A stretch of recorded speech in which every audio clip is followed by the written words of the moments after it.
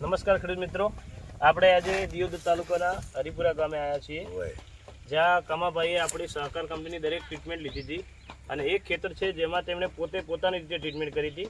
બંનેનો ફરક કમા કાકા તમને સમજાવશે.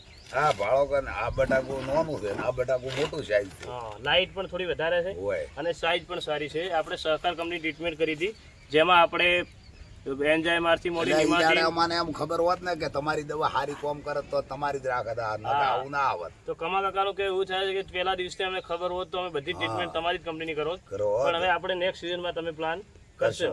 હા, આવતી સાલે તમારી જ કંપનીનું દરેક હા ખેડૂત આ બટાકું જાણું છે ને આર્યું કેટલું મોટું છે. હા, એમને રૂબરૂમાં આપણે બટાકા ખોદીને દેખાડ્યા હતા બંને ડિફરન્ટ કે આટલો આટલો ડિફરન્ટ છે. આપણે જે પ્રોડક્ટનો ઉપયોગ કર્યો હતો જેમાં છે એન્જાઇમાર છે, ડીકેપી છે, સાઇઝર કે છે, પ્રોટોન છે, નિમાટીન છે, જે ફૂગ માટે કામ કરે છે. નિમાટોડ જે આવે છે, આપણું બટાકું સારું નીકળવાનું કારણ કે આપણે નિમાટીનનો ઉપયોગ કર્યો હતો, જેથી નિમાટોડનો પણ પ્રશ્ન ઊભો થયો નથી અને કોઈ પણ પ્રકારની ફૂગ લાગેલ નથી. એટલે બટાકાની સાઇઝ અને લાઇટ તમે જોઈ શકો છો.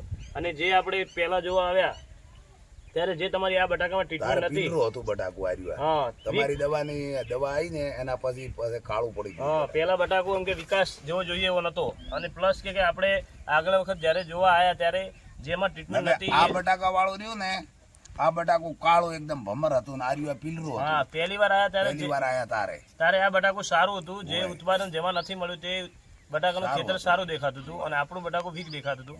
એના પછી આપણે ટ્રીટમેન્ટ ચાલુ કરી હતી, એવું જ ને કાકા?